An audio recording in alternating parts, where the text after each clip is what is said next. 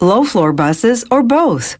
Low-floor buses have a special kneeling feature. When they pull up to the bus stop, they can mechanically lower themselves to curb height to make boarding easier for children, senior citizens, and handicapped people. This low-floor bus is 12.2 meters long and can carry more than 80 passengers. To build the bus's internal structure, workers put stainless steel bars into a press. It applies between 80 and 100 tons of pressure, bending them to the required shape. Workers assemble the structural pieces on a support frame called an assembly jig. They use an electronic inspection arm to verify their work. Once they've assembled the roof structure and the side structures, they bring them together for welding.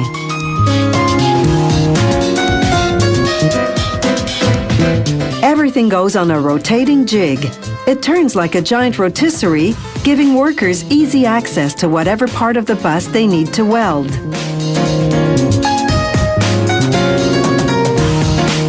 When the welding is finished, they turn the bus right side up. They put the structure on a dolly and release it from the jig so that they can move it down the production line. Meanwhile, the stainless steel structure for the floor of the bus takes shape. Once that's complete, it's back onto the rotating assembly jig to weld it to the rest of the structure. This bus factory uses stainless steel because it stands up well to corrosion. Transit systems need to keep these buses running full-time for up to 20 years. Less rusting means fewer expensive and time-consuming repairs.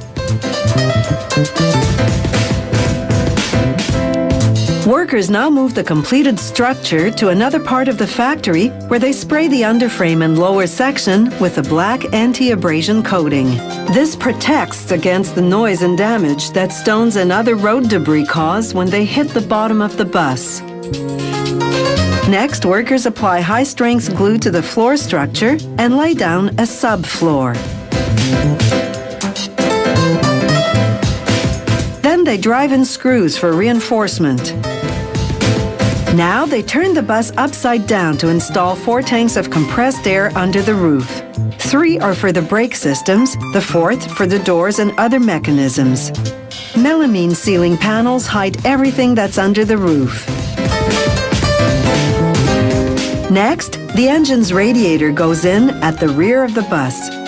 Then workers turn the bus right side up again and lay down a waterproof vinyl floor covering that's specially designed to withstand heavy-duty transit use. They cover the sides and roof with fiberglass panels. To prevent corrosion, workers use glue rather than screws or rivets. Then they attach the fiberglass front of the bus to the rest. The bus's low-emission diesel engine arrives at the factory already assembled. Workers attach it to the transmission and drive shaft in the engine compartment.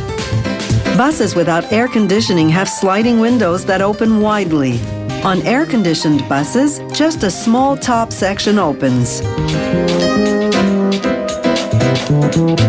The upholstery on the molded fiberglass seats is a velour-like fabric woven onto a strong canvas, then glued onto a fiberglass insert.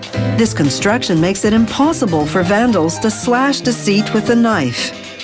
Workers install the driver's seat, the steering wheel, and all the controls, including the toggle switch that activates the kneeling feature. This bus also has a ramp for wheelchairs. A safety system locks the accelerator pedal and applies the brakes to prevent the bus from moving when the ramp or kneeling features are in operation. The finished bus undergoes a half-hour water infiltration test with all the systems running. This ensures there are no leaks.